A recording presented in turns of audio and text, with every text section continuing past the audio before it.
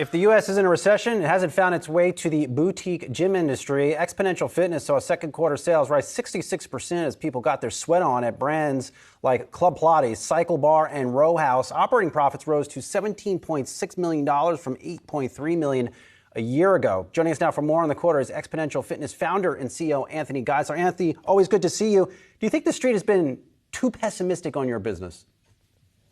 I believe so, and the industry as well. I mean, if you remember back when the pandemic happened, everybody thought that, we were going to stop working out in gyms and, Peloton was going to be the next wave. And obviously we've worked through that now. People realize gyms are back. Our members per studio are up. Our utilization and visitation per studio is up. Our average unit volume, per location is the best it's ever been. We raised guidance, so at 500 plus stores opening this year, selling over 1,000. We guided over $1 billion in system-wide sales. So, adding the UK, adding Japan, 2,350 plus stores in 14 countries operating.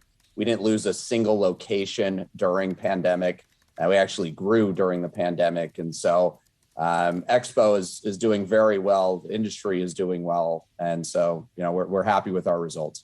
We saw earlier today in the initial reading for Michigan consumer sentiment that as we've seen some of the energy prices start to decline, that certainly has helped out with the consumer sentiment. And so at least in this interim period of time, do you believe that will actually contribute as well to those consumers who had said, you know what, I'm paying higher prices for groceries, I'm paying higher prices for gas, and I've got to cut out some of the workouts that I'm doing, or at least the boutique workout experiences that I may be doing and paying up for?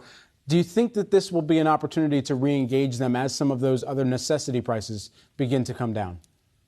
Well, I would love to say yes, but the reality is we're on a subscription business. We have over 550,000 members paying on average about $130 a month. And so utilization is up, visitation is up. We didn't see a decline due to gas prices. So I don't know that we'll see an increase due to, energy being cheaper. Our members in boutique fitness are very sticky, and they've continued to stick with us through a pandemic, and they'll stick with us through, higher gas prices as well. Anthony, you mentioned Peloton before. What happens to the at-home fitness industry? It seems to be, it has come up really, it has hit a brick wall. You have companies like Tonal laying people off, Peloton laying people off. What's the future for that? Look, I just think at home will always be a part of what we've always done. I've told people that, my mom did Richard Simmons' Sweating to the Oldies when I was a kid, My mom too. So, it'll always be a part of what we do. And look, Peloton was a great source of fitness and introduced a lot of people to fitness during the pandemic. We're happy about that. We can convert those people into Cycle Bar members but at home is at home. It's not the community. It's not the experience that we deliver in boutique fitness. And so, it's very hard to compete with. We were a Billy Blanks Tybo household over here, Anthony. And so, I don't know, some of those VHS cassette tapes are still around somewhere. But as we do think about those communities that you were talking about a moment ago, what are you hearing from those who are running the experiences in communities and even those who are prospective franchisees as well? I mean, look, prospective franchisees are doing very well. Like I said, we'll sell about 1,000 new locations this year to new franchisees and existing franchisees that we have in our system. We'll open 500 plus locations. Like I said, AUVs are as high as they've ever been in the company history. So that means the average franchisee is making more money than they ever have, and utilization and visitation is up. So we don't have any KPIs right now that are flat or trending down. Everything is continued to exceed pre-COVID levels, which is what allows us to, raise guidance going into Q3. Anthony, earlier in the week, we talked to Planet Fitness CEO Chris Rondo. He struck an upbeat tone, too, on the pace of his business.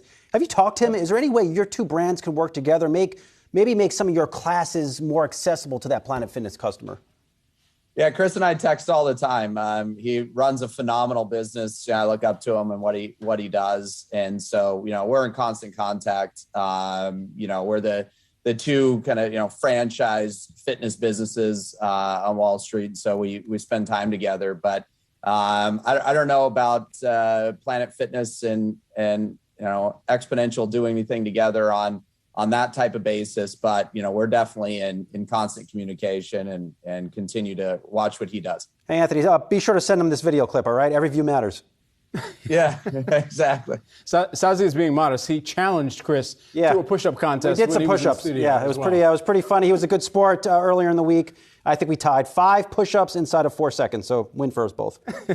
Chris is great, man. You got to look out. That guy's in great shape. Yes, he is. Absolutely. That was Xponential Fitness CEO Anthony Geisler joining us from the West Coast. Good to see you this morning, Anthony. Appreciate it.